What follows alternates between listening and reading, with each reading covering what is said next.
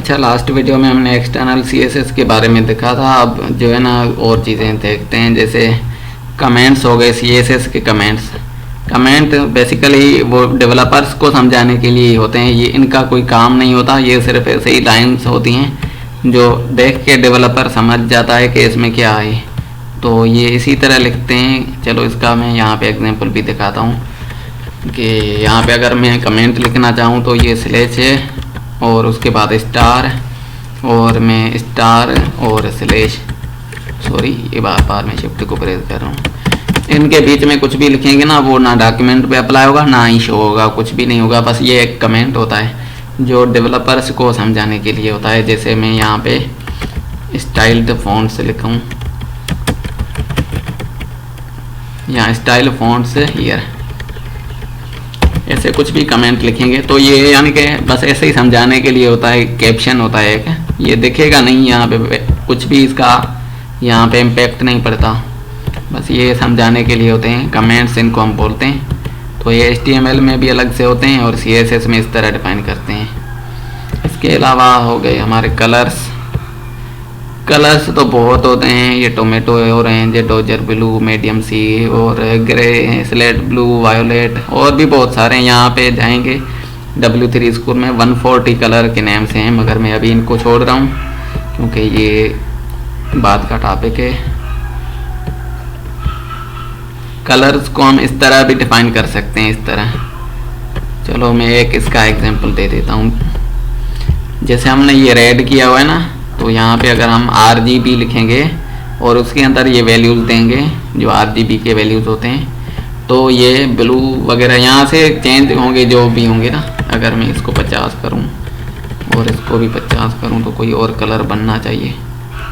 चलो मैं सेव कर देता हूँ फ़िलहाल, और इसको मैं रिफ्रेश करूं तो ये देखें ये इस कलर का हो चुका है। इसको मैं थोड़ा कम करता हूं, इसको भी 50 करूं। हाँ, अब और कलर बनाए ना, डार्क सा कुछ, रिफ्रेश, हाँ ये वैसा ही हो गया। तो इस तरह RGB कलर्स हम अप्लाई करते हैं। RGB के अलावा दूसरे होते हैं हैक्स कलर्स होते हैं जो हैश से इस्तेमाल होते हैं। इस तरह जैसे ये हो गए ना हैश FF, ये जैसे ये यानी कि इनका वैल्यू कॉपी करते हैं और यहाँ पे कलर में डाल देते हैं इस तरह, तो ये कलर अप्लाई हो जाएगा। हम इसको रिफ्रेश करेंगे तो ये कलर आ जाएगा। तो इस तरह हम इनको अप्लाई कर सकते हैं। ये कलर्स की टाइप्स हैं, HSL भी हैं, मगर ज़्यादातर तो वो नेम वाले ही यूज़ होते हैं। ये इनका इतना यूज़ होता नहीं है, मगर ये आप इस्तेमाल कर सकते हैं। जैसे ये हो गया, मैं इसको यहाँ पे पेस्ट करता हूँ, और HSL में ये परसेंटेज शायद ट्रांसपेरेंसी का होता है। अगर मैं 90 करूँगा तो बिल्कुल कम हो जाएगी। ये देखें, रिफ्रेश, ये बिल्कुल कम दिख रहा है। 10 करूँगा तो बिल्कुल यानी कि वो हेवी हो जाएगा ब्लू कलर, ये देखें। तो इसमें HSL में ये यानी कि थोड़ा फ़ायदा होता है। चलो आगे चलते हैं। बैकग्राउंड देना, बैकग्राउंड कलर तो आप कोई भी दे सकते हैं इस तरह, यानी कि ये तो किसी बॉडी को भी दे सकते हैं, किसी टैग को भी दे सकते हैं। यहाँ पे अगर मैं इसको बैकग्राउंड कलर ये दूँ और इसको मैं कलर दूँ वाइट, सॉरी कलर लिखा हुआ है पहले से, वाइट लिखना है बस, और इसको यहाँ पे एंड करना है। और यहाँ पे मैं कलर दूसरा देता हूँ, ग्रीन। अब बैकग्राउंड कलर ग्रीन होगा और उन टेक्स्ट का कलर वाइट होगा। ये देखें, इसका कलर जो है ना ये, और बैकग्राउंड ये, मगर ये इस पर अच्छा नहीं लग रहा। मैं इसको यहाँ से हटा देता हूँ और यहाँ पे बॉडी टैग का इस्तेमाल करता हूँ। उसको देखते हैं BODY और बॉडी, इसमें बैकग्राउंड कलर देते हैं ग्रीन, तो पूरा का पूरा ग्रीन हो जाएगा ये। अगर मैं यहाँ पे दूसरा इस्तेमाल करूँ, मीडियम सी ग्रीन होता है, ये अच्छा लगता है। इसको रिफ्रेश करेंगे, ये देखें ये मीडियम सी ग्रीन हो गया बैकग्राउंड कलर। मगर यहाँ पे इमेज भी दे सकते हैं हम। बैकग्राउंड में कोई इमेज रखना चाहें तो वो इस तरह देते हैं कि बैकग्राउंड इमेज, और उसके आगे यहाँ पे कोई कलर का नाम नहीं लिखते, मगर उसकी कोई URL दे देते हैं जो इमेज है। तो मैं आपको यहाँ पे इसका भी एग्जांपल बताता हूँ कि ये कलर का नाम डिलीट करेंगे और यहाँ पे लिखेंगे इमेज, यहाँ पे URL पेस्ट करेंगे और ये जो है ना इन छोटी ब्रेसेस के अंदर ही आएंगी इनकी एड्रेस, जो उसका नाम होगा इमेज का। तो इमेज में एक कॉपी करके आता हूँ, मेरे पास शायद पड़े होंगे कुछ ना कुछ, कहाँ पे होंगे, सॉफ्टवेयर में, बूटेबल और वॉलपेपर। यहाँ पे बहुत सारे इमेजेस हैं, एक इमेज कोई उठा लेता हूँ यहाँ से, मैं कॉपी करता हूँ उसको। चलो इसको मैं कॉपी करता हूँ और मैं अपने प्रोजेक्ट में जाता हूँ HTML CSS में, यहाँ पे मैं इसको पेस्ट करता हूँ। इसका नाम कॉपी करना होता है, ये जो भी है कॉपी, और यहाँ पे वो लिखना होता है पेस्ट, ठीक है। तो बैकग्राउंड इमेज ये आ जाएगा, इसको मैं Ctrl+S से सेव करता हूँ और मैं इसको रिफ्रेश करूँगा तो यहाँ पे बैकग्राउंड में ये इमेज है आ चुका है।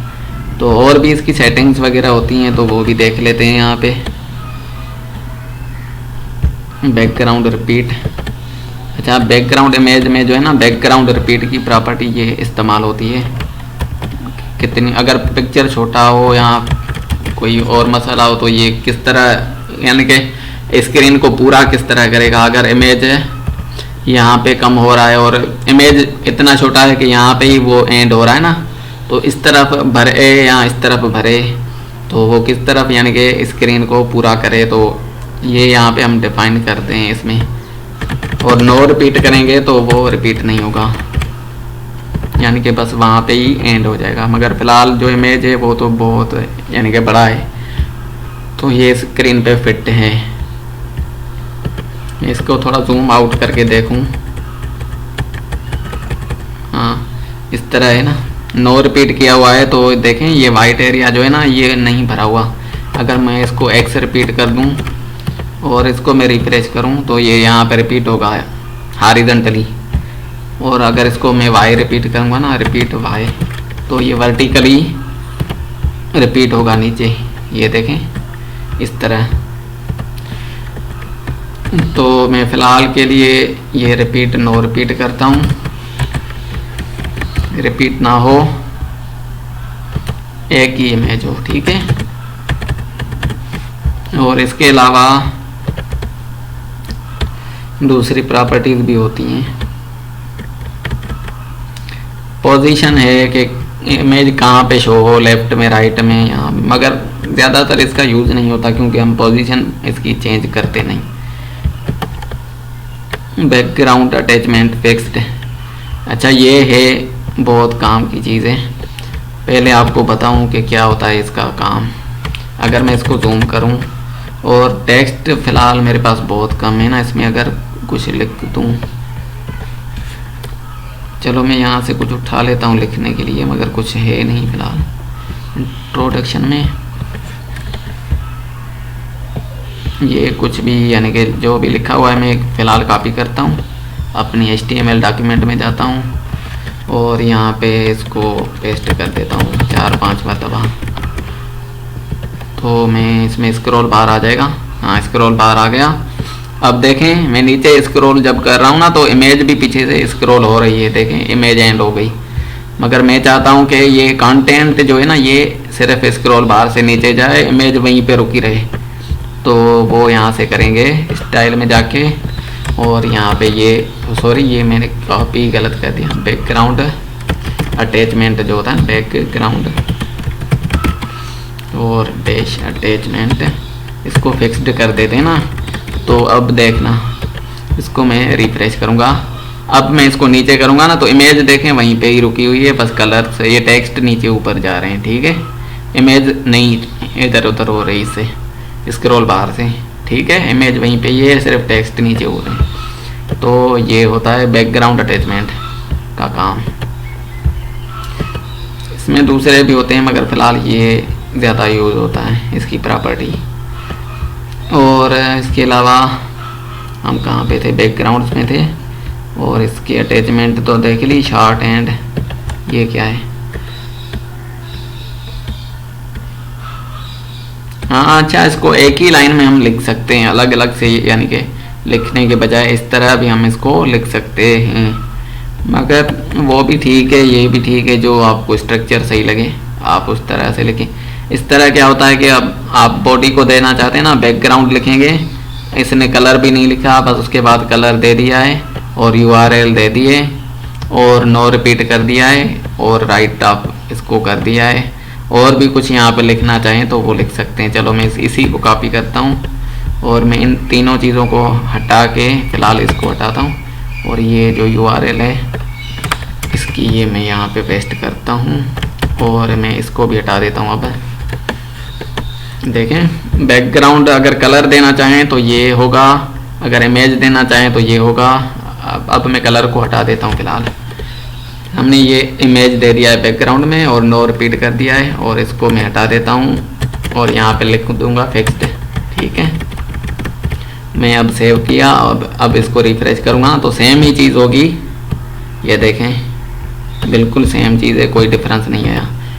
तो यहाँ पे अगर इस तरह लिखें तो ये शार्ट हैंड इसका कहलाता है, अगर इस तरह लिखें तो भी कोई मसला नहीं है, बस लाइन्स बढ़ जाएंगी और कुछ नहीं होगा, समझने में आसानी होती है। तो ये दो मेथड्स थे बैकग्राउंड को देने के।